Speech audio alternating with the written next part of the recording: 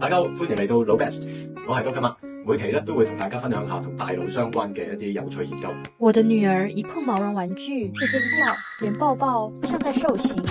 為什麼她會那麼的敏感呢？ UCLA 用咗一個定量嘅感覺檢測佢揭開咗一個驚人真相。喺自閉症嘅小朋友身上，佢發現佢嘅神經纖維嗰個密度比起一般常人係高142%。佢嘅 A beta 嘅蛋白抑制嗰個纖維活動就只係一般人嗰個嘅38%啫。有超高嘅密度，但係抑制唔到就變成咗佢哋敏感嘅一個好重要嘅狀態。咁即係話自閉症嘅小朋友對於你一般好普通嘅接觸就已經好似我哋俾沙子喺個皮膚度磨一樣咁大嘅反應嘅。咁而喺呢一個嘅臨床實驗我哋發現用心壓係可以激活佢一啲叫做高速物嘅一個地方，咁可以令到迷走神經散放一個我哋叫做鎮定嘅雞尾酒，包括佢嘅伽馬血清素同埋腦內啡會同一時間出嚟鎮定佢嘅神經。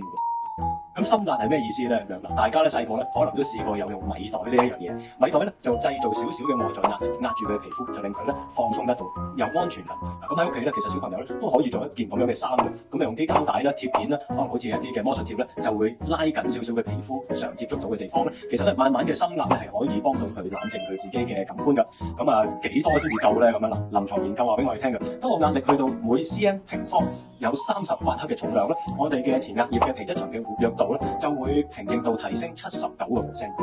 喺臨床應用入邊其實呢個脫敏嘅階段我哋叫做觸覺脫敏嘅黃金3階段。第一個階段維持1至2個星期度我哋叫做靜態嘅壓力期。個原理就係將我哋嘅孤觸骨同埋我哋嘅迷走神經通道打通佢。咁我哋發現靜態嘅壓力可以令到皮質醇下降34%。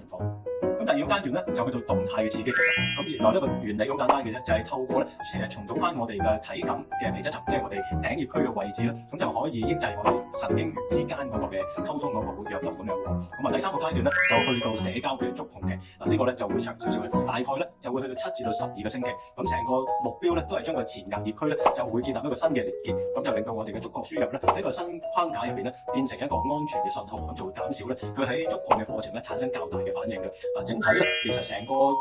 嘅部分有83% 受測嘅小朋友喺12個禮拜之後就能夠接受我哋一般正常嘅擁抱，咁所以效果非常。如果大家想知道詳細嘅呢一個咁嘅3階段係點樣喺下邊留言打 ADHD 咁我哋就可以將我哋呢一個目標3階段有系統嘅小卡仔俾大家，咁大家喺日常可以應用。下一集就同大家講下另一個 topic， 就講下創傷嘅後遺。咁唔係講緊小朋友嘅創傷，我哋講緊隔代嘅創傷，點樣透過基因去維持到上一代嘅創傷。